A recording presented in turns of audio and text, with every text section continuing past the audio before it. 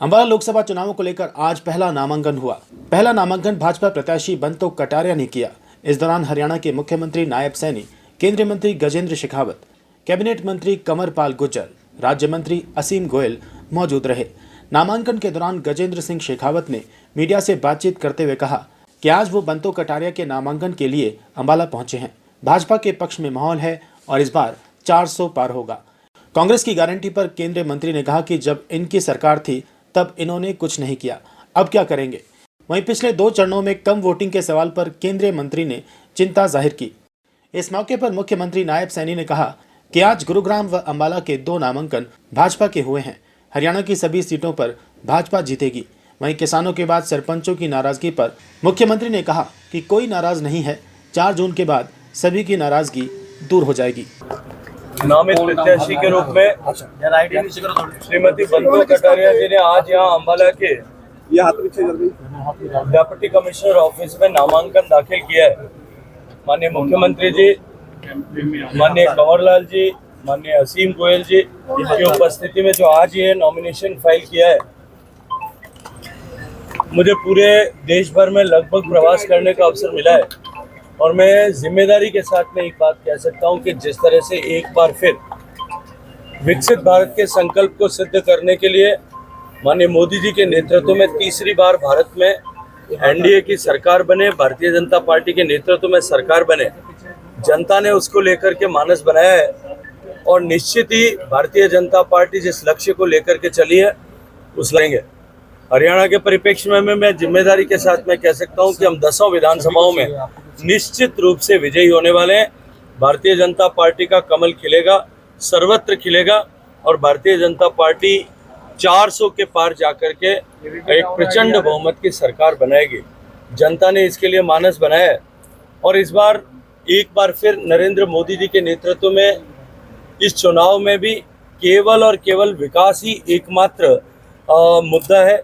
उस विकास के मुद्दे पर भी और देश विकसित हो सकता है, इस विश्वास के साथ में जनता माननीय नरेंद्र मोदी जी के नेतृत्व में सरकार बनाने के लिए आशीर्वाद देने वाली है। कांग्रेस 5 गारंटी की बात करी है, उसे किस तरह से देखते हैं कि मोदी की गारंटी को झूठ बताते हैं और कांग्रेस का कहना है कि उनकी गारंटी जो है देखिए, जिस पार्टी के 55 साल तक सत्ता में रहते हुए एक भी गारंटी पूरी नहीं हो पाई, जिस पार्टी के 55 साल तक सत्ता में रहते हुए भी देश के 62% लोगों को सामान्य शौचालय की सुविधा न मिल सके, हजारों गांवों को इलेक्ट्रिसिटी न मिल सकी, करोड़ों लोगों के घर तक बिजली न पहुंच सकी, 45 करोड़ लोगों तक बैंक का खाता नहीं पहुंच सका, देश के 10 करोड़ से ज़्यादा परिवारों तक गैस का चूल्हा नहीं पहुंच सका, उसकी गारंटी जो है अब देश की जनता और सामान्य व्यक्ति गरीब व्यक्ति मानने के लिए तैयार नहीं है। जिसकी खुद की गारंटी फेल हो गई हो वो दूसरों की गारंटी ले, इसको देश की जनता समझती भी है, जानती भी है और पहचानती भी है। कांग्रेस कहती है बीजेपी संविधान और आरक्षण को खत्म करेगी। बीजेपी आरक्षण और संविधान को खत्म करेगी। कम परसेंटेज रहा है वोटिंग का, तो अब क्या देखिए, परसेंटेज कम होना लोकतंत्र में निश्चित रूप से चिंतन का विषय है। ये केवल सभी स्टेक होल्डर्स के लिए चिंतन का विषय है, केवल किसी एक पॉलिटिकल पार्टी के लिए नहीं। लोकतांत्रिक व्यवस्था में परिपक्व होते हुए लोकतंत्र में मतदान के प्रति रुझान बढ़े, इसके लिए सभी स्टेक होल्डर्स को, सारी पॉलिटिकल पार्टीज को, इलेक्शन कमीशन को और साथ ही साथ में चुनाव को आयोजन करने वाले सभी संस्थाओं को, रिटर्निंग ऑफिसर सहित सभी को इस विषय को संज्ञान में लेकर के इस विषय पर ध्यान देना चाहिए, ध्यान देना आवश्यक है और निश्चित रूप से हम सबको इसके लिए जन जागरण के लिए काम करना चाहिए।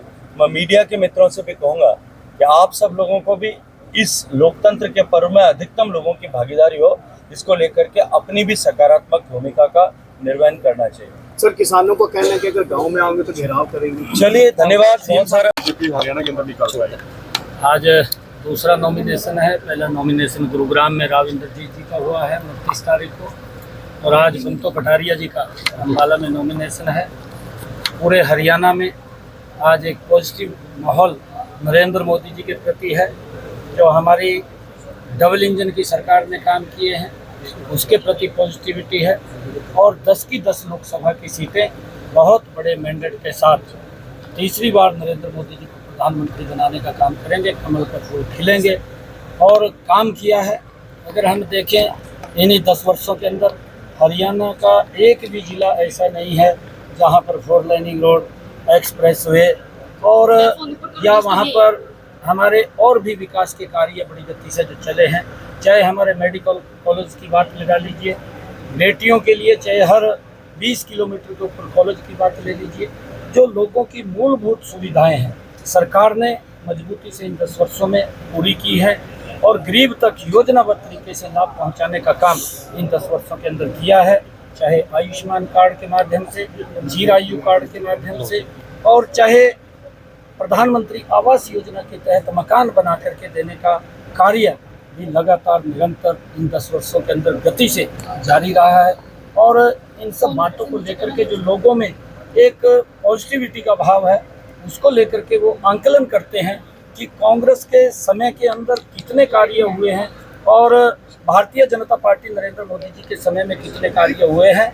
इस बात का लोग आंकलन करके आज लोग इस बात को मान रहे हैं, चाहे गांव के अंदर है चाहे नगर के अंदर है, कि इन 10 वर्षों के अंदर नरेंद्र मोदी जी के नेतृत्व के अंदर ईमानदारी से देश और प्रदेश को आगे बढ़ाने का काम किया है और 10 की 10 लोकसभा की सीटें बड़े मेहनत से। किसान का सरपंच भी कह रहे हैं कि विरोध करेंगे। सरपंच सार्थक बातचीत हो रही है। हमने कहा है जो भी आपकी ग्रीवेंस है उसको तुरंत 4 तारीख के बाद उसको दुरुस्त कर दिया जाएगा और सभी सरपंचों ने इस बात को मान करके मजबूती से भारतीय जनता दुष्यंत चौटाला के खिलाफ आपने जांच के आदेश दिए। दुष्यंत चौटाला के खिलाफ